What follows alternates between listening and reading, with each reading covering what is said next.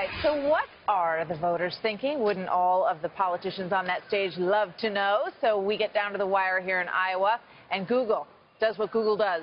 They collect a lot of data, and it will tell us that and more with Shannon Bream, who's joining us now live. Shannon, so what did Google's data reveal about what was on people's minds, what they were looking for, listening for last night? Martha, it's so interesting because it can be things as simple as how tall a candidate is, how old they are, those kinds of searches, but more substantive searches as well. Of course, last night towards the end of the first hour of the late night debate, there was a lot of discussion about amnesty. Who's for it? What does it mean? Playing back the candidates' own words, them tussling with each other. Well, people at home had a lot of questions too because there was a spike in people searching for information about amnesty, a 380% spike towards the end of that first hour when that most heated discussion was going on last night. Also, there was a lot of discussion about national security and about ISIS and about who's going to deal with it. One of the questions that Google was surveying last night for those who were Googling online about the debate was, who do you think has the best plan for dealing with ISIS? Marco Rubio came in first place there, followed by Ted Cruz.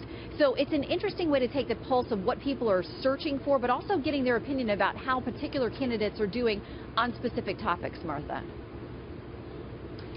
All right, so there have been some differing opinions on who won last night's debate. What did the Google users say about that? Well, again, this is an online survey, so people who were following Fox last night or went in and typed Fox News debate, they got surveyed by a few questions, and of course the big one was, who won last night?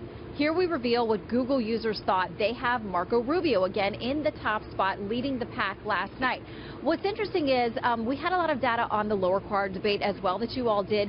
Carly Fiorina won that debate, Google users thought, by a 3-to-1 margin over Mike Huckabee. Interesting things that also showed up when you guys were probing those four. Some questions about Jim Gilmore. Basically, who is this guy? And also, why is he running for president? We'll have a lot more data throughout the day, of course, looking ahead to New Hampshire and South Carolina as well. Some really interesting tidbits. Martha, back to you. All right. Very good stuff, Shannon.